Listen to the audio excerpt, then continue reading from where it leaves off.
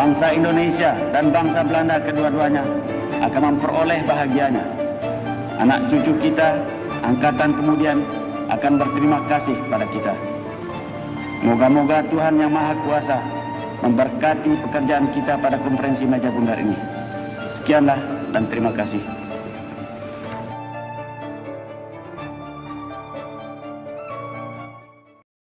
Oke, saya Hendra Dewantoro dari 11 MIPA 2 akan menjelaskan tentang apa itu KMB atau Konferensi Meja Bundar. Apa sih yang melatar belakangi terjadinya KMB atau Konferensi Meja Bundar? Dalam hal ini, usaha Belanda dalam menggagalkan kemerdekaan Indonesia dengan cara-cara militernya tersebut tidak berhasil. Ada agresi militer 1 dan ada agresi militer 2. Ternyata tidak berhasil untuk menggagalkan kemerdekaan Indonesia. Akhirnya, Belanda pun terpaksa harus mengikuti aturan dari PBB, yaitu menyelesaikan konflik ini dengan jalur diplomasi atau perundingan. Maka, dilaksanakanlah KMB pada tanggal 23 Agustus hingga 2 November 1949 dan konferensi ini dilaksanakan di kota Den Haag, Belanda. Lalu, adapun tujuan dari KMB yaitu 1. Mengakhiri perselisihan antara Indonesia dan Belanda dengan cara melaksanakan perjanjian yang sudah dibuat antara Indonesia dengan Belanda, khususnya mengenai pembentukan RIS. Kedua, dengan tercapainya kesepakatan meja bundar, maka Indonesia telah diakui sebagai negara yang berdaulat penuh oleh Belanda, walaupun tanpa irian Barat. Lalu, siapa saja yang terlibat dalam KMB tersebut?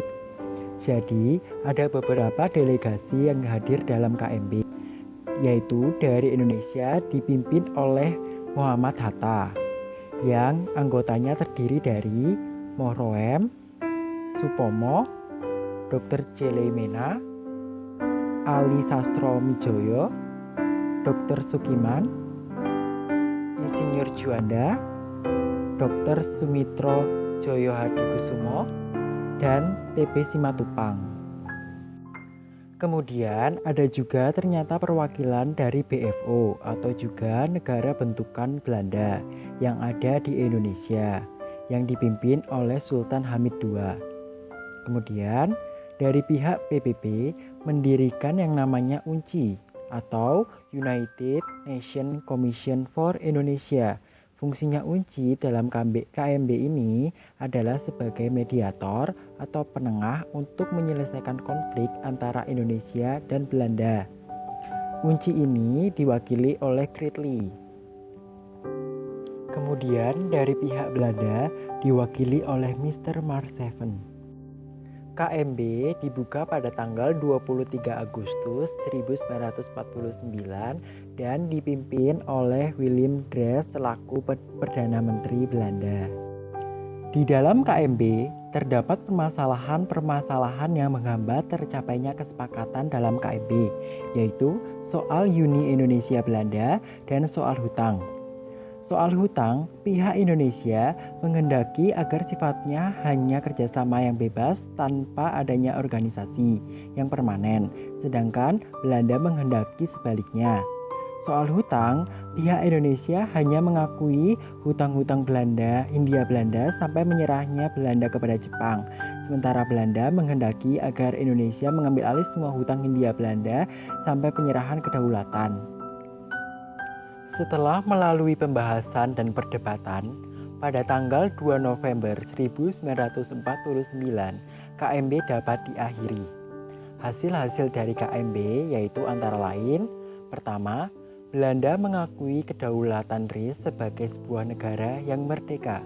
Yang kedua, pengakuan kedaulatan dilakukan selambat-lambatnya pada tanggal 30 Desember 1949. Nomor 3, status Provinsi Irian Barat akan diselesaikan paling lama setahun setelah pengakuan kedaulatan. Nomor 4, dibentuknya Uni Indonesia Belanda untuk mengadakan kerjasama yang dikepalai oleh Raja Belanda. Nomor 5, Kapal-kapal perang milik Belanda ditarik dari Indonesia dengan catatan beberapa covert akan diserahkan kepada RIS.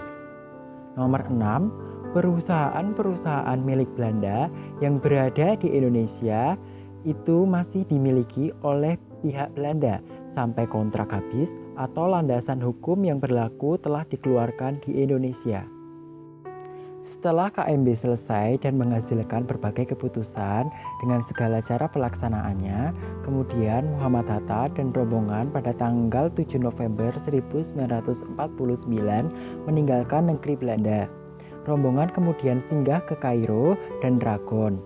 Pada tanggal 14 November 1949, Muhammad Hatta tiba di Maguwo, Yogyakarta dan disambut oleh Presiden. Adapun dampak dari konferensi meja bundar antara lain 1. Konflik dengan Belanda dapat diakhiri dan pembangunan dapat segera dimulai. Nomor 2. Irian Barat belum diserahkan kepada RIS. Nomor 3. Bentuk negara serikat tidak sesuai dengan cita-cita proklamasi Indonesia. Het is mij als leider de delegatie van de Republiek de Verenigde Staten van Indonesië een grote eer en waar genoegen hierbij namens de Republiek de Verenigde Staten van Indonesië de soevereiniteit over Indonesië te aanvaarden op de voet van zo even door de secretaris van Nederlandse ministerraad voorgelezen akte van soevereiniteitsoverdracht. Ik koester de hoop dat de betrekkingen tussen onze beide landen, welke hierdoor in unieverband op een basis van volkomen vrijheid, gelijkheid en vrijwilligheid zijn komen te staan, zich in een zin zullen ontwikkelen welke tot welvaart en geluk van onze beide volken leiden.